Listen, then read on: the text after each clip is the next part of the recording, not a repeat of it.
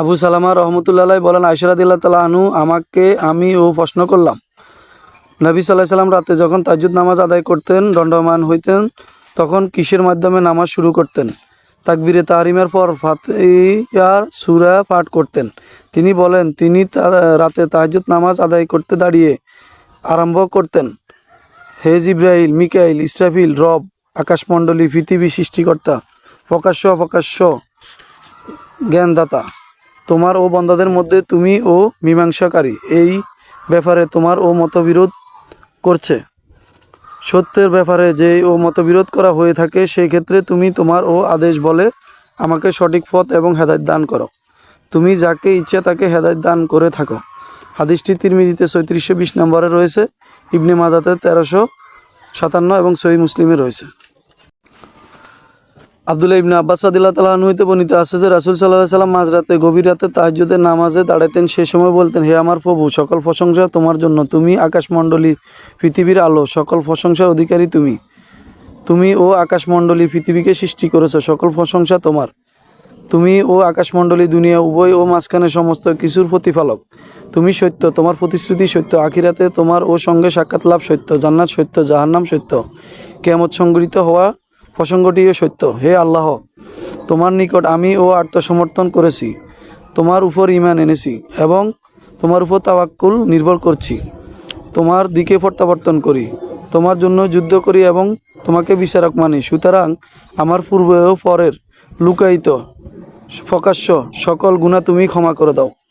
তুমি ও আমার মাবুদ, তুমি ছাড়া আর কোনো মাবুদ নেই। হাদিসটি তিরমিজিতে ৩৬১৮, ইবনে মাজাতে ১৩৫৫, সহিহ বুখারী এবং সহিহ মুসলিমে রয়েছে।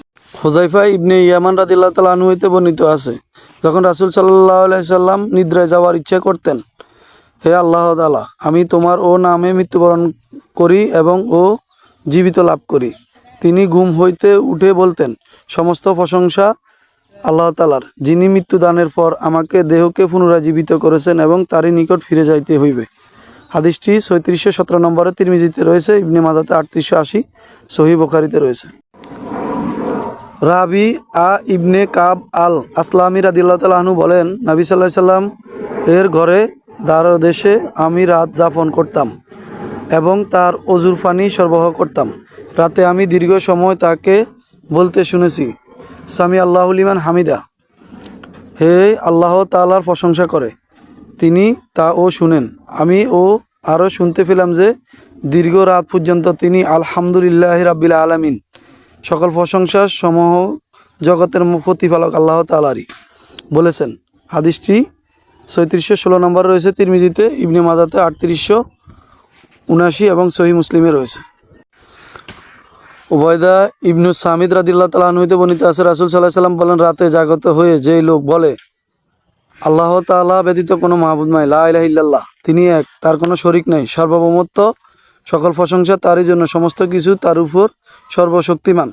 আল্লাহ তাআলা সম্পূর্ণ পবিত্র, আল্লাহ তাআলা সকল প্রশংসা অধিকারী, আল্লাহ তাআলা ব্যতীত কোনো ইলাহ নাই, মাবুদ নাই এবং আল্লাহ তাআলা সুমহান। আল্লাহ তাআলা ছাড়া অন্যায় হইতে বিরত থাকা কিংবা ন্যায় কাজ করা শক্তি কারণেই। অতঃপর সে বলবে, হে আল্লাহ, আমাকে মাফ করে দাও, কিংবা তিনি বলেছেন, সে দোয়া করলে তা কবুল করা হয়, আর সে যদি সহ অজু করে নামাজ আদায় করে তবে তার নামাজ কবুল করা হয়। হাদিসটি ইবনে মাজাতে ৩৬১৪ এবং তিরমিজিতে ৩৬১৪, ইবনে মাজাতে ৩৮৭৮ নম্বর রয়েছে।